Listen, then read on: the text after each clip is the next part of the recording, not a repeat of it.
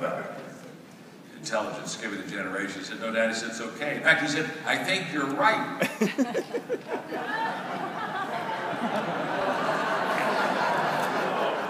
I said, you do? He said, yeah. I said, I think you're right. He said, in fact, just last week, Grandpa and I had that very same discussion.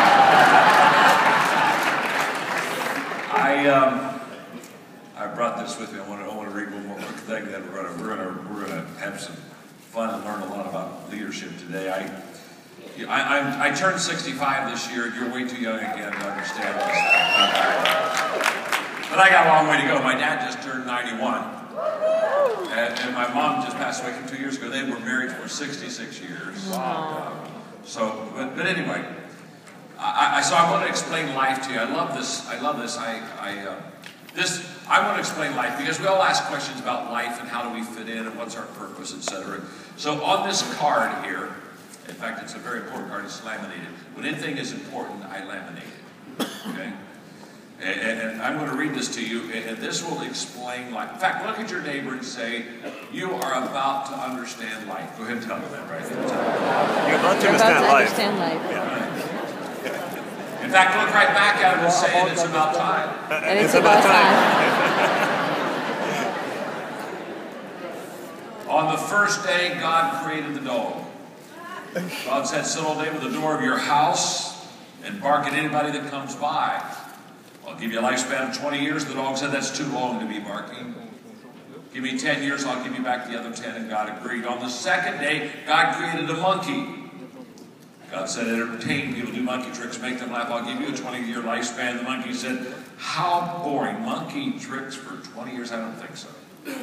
The dog gave you back 10 years, so that's what I'll do too, okay? God agreed.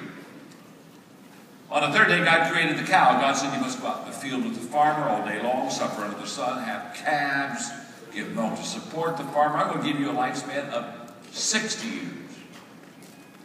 The cow said, that's kind of a tough life. You want me to live for 60 years? Let me have 20, I'll give you back the other 40. God agreed. On the fourth day, God created man. God said, eat, sleep, play, marry, enjoy your life. I'll give you 20 years. Man said, what? Only 20 years? I'll tell you what. I'll take the 10 years that the dog gave you back, and the 10 years that the monkey gave you back, and the 40 years that the cow gave you back. That makes 80 years. Okay, God said, you've got the deal. So that is why the first 20 years of our lives, we eat, sleep, play, enjoy ourselves. For the next 40 years, we slave in the sun to support our family. Wow. For the next 10 years, we do monkey tricks to entertain the grandchildren.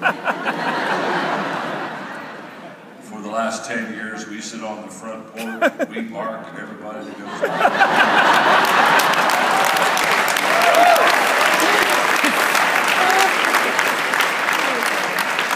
You've just had life explained to you. I was on the phone. I was up in San Francisco. I was doing some work with Condoleezza Rice, and we were doing some video shoots and things. And yesterday, or I guess it was the day before yesterday, I got on the phone with your leaders, and we talked about this meeting today, this time. And after talking to them and hearing from them, and again, I want to say what a great company you have. What great leaders you have. Again, I know that. And I say this I say this with reflection.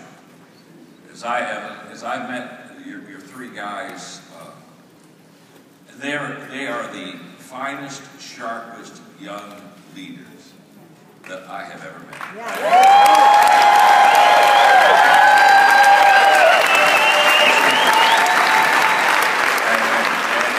And trust me, I meet a lot of leaders, and I hang with a lot of leaders. In fact, I just kind of do that for a living. And I'm looking forward to this year. I was just talking to all three of them back there for a moment, and this year I'm going to have the privilege of spending the year with them in a mentoring relationship. I am. I'm very excited to be able to pour what I know and what I've learned in my life into them, and they're so good. They're they're so eager already. So that's fine. So we were talking on the phone, and when I finished talking to them, I did what I do often. I travel, do a lot of speaking. But I literally, I just wrote out my lecture. I've never given this before, okay? I just sat out and said, I know exactly what I want to teach you. And so it's kind of fresh, it's new, it's not a sugar stick, okay? It's just what I know that I think you need to know that will help you be a better leader, to be more successful, because my desire is to really take you to a whole new level leadership-wise. And so what we're going to do, let's call this teaching, since I've never given it before, let's call this teaching the Rule of 5 for leading. The Rule of 5 for leading. And in a moment, I'm going to explain to you how the Rule of 5 works, which is in itself tremendously life-changing. But what I'm going to do today is I sat down, I was up in San Francisco doing some writing for the last 2 days on another book. And I sat down and I wrote this out. I wrote this out, and I want to give this to you. So I want you to look at the person who's inside and say, John's never done this before, okay? John's never done this before. And tell your neighbor, and he's doing it for us because we're special, okay? He's doing it for us because we're special.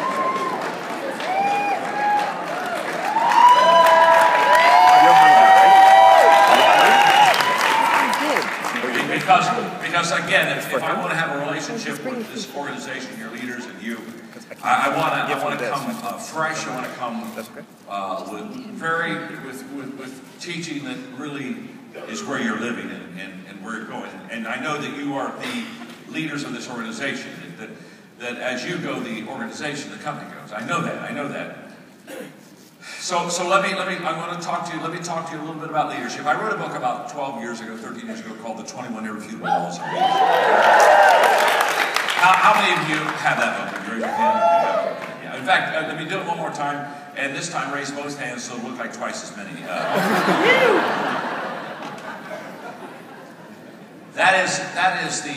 That's the best-selling leadership book ever written.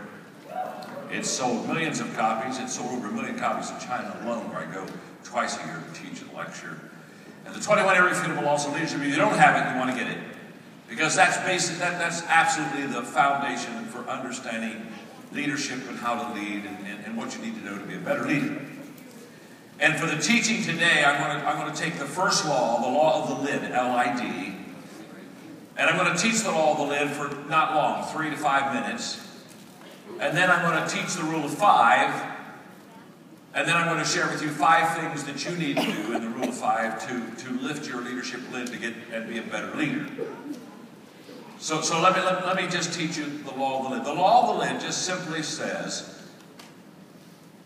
that your ability to lead will determine how well you succeed. In other words, the better you lead, the more you'll succeed. The better leader you are, the larger organization you can develop. The better leader you are, the larger your following, the greater your influence will be. The law of the lid is an amazing law, and it basically says that as you learn to lead, you will grow and be more successful. And the better that you lead, the more successful you will become.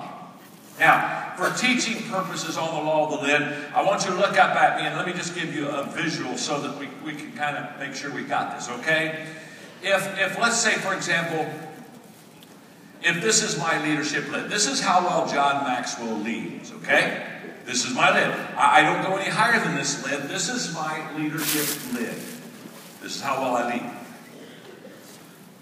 And let's just say I'm an average leader. So it's a 5. I'm a 5. I'm from a 1 to a 10, I'm a 5 leader. If that's the case, if this is my leadership lid, this is how well I lead, what the law of the lid teaches is that my business, your business, what you do with Visalus right now, your business will come under your leadership lid. But it will never get any better or go any higher or grow any farther than what your ability to lead is. So your leadership lid literally determines the level of your success. So if I'm a 4 as a leader, what that means is that my business will be a 4. Or if I'm a 5 as a leader, my business will be a 4. Does that make sense? Yes. Now, even in a great organization like this, my leadership lid will determine the level of my success. Now, when I began to understand the leadership lid, and I began to teach the leadership lid, all of a sudden everything began to change. Because you see, it was in 1974 that I came to the conclusion, after studying successful people for 5 years, from 69 to 74, after really looking and watching successful people, I came to the conclusion that everything rises and falls on leadership. And when I say everything rises and falls on leadership, you say, John, what do you mean everything rises and falls on leadership? What I mean is everything rises and falls on leadership. Now, what part of that don't you get? I didn't say some things, I didn't say most things, I didn't say 99% of the things. I said everything rises and falls on leadership. In fact, I know it. I believed it in 1974. I started studying leadership, I started teaching leadership, I started leading a long time ago. But now in 2013, I'm more convinced that everything rises and falls on leadership. And one of the reasons I am is because I've developed the largest leadership training company in the world. We're in 174 countries. We've trained 6 million leaders. In fact, we are now training 11 million leaders every 10 months. And we're 2 years away from training 1 million leaders every 6 months. And by 2020, we'll train 1 million new leaders every month around the world. And so when the United Nations asked me to do the opening assembly to all the ambassadors, they said, come in and talk about leadership. The reason they asked me to do that is because we teach leadership, and in 2 years we'll be in every country of the world teaching leadership. And I understand leadership. I know how to train leaders. I know how to teach leaders. I understand leadership. It's been my life. It's been my life for a long, long time. And in 74, I was convinced everything rises and falls on leadership. And can I tell you, 2013, I know, without any question, everything rises and falls on leadership. So, how well I lead will determine how well I succeed. So this is huge. I've got to become a better leader. And the question people ask me all the time is, can I become a better leader? They'll ask me a question like, John, are leaders born? When they ask me, are leaders born, I always give them the same answer. Of course they are. Come on now, think of that question for a moment, huh? I've never met an unborn leader. Don't particularly want to either, thank you very much. So when they ask, are leaders born, I know they're not really asking, are they born? What they're really asking is, are there some people when they're born, they got it? And some people when they're born, they don't got it. And if you got it, you go to the front of the line. If you don't got it, you go to the back of the line. That's what they're asking. And I've got great news for you. And I do believe, I have no question about it, that there are some people that are born with what I call leadership leanings. No doubt about that. Just like some people are born with kind of a musical lean. No doubt. But the great news is, because I've done this for so long, and I've done this with so many, over such a long period of time in every country of the world, what I know is you can learn to lead. You can learn to lead. You can learn to be a better leader than you are right now. You can grow as a leader. In fact, look at the person you're sitting beside and say to them, even you can learn to lead. Even you learn to lead. Wow. Isn't that amazing? You weren't sure about that person, were you, huh? You weren't sure they could really learn, but now you got to feel even they can learn to lead. Now, let's go back to this law.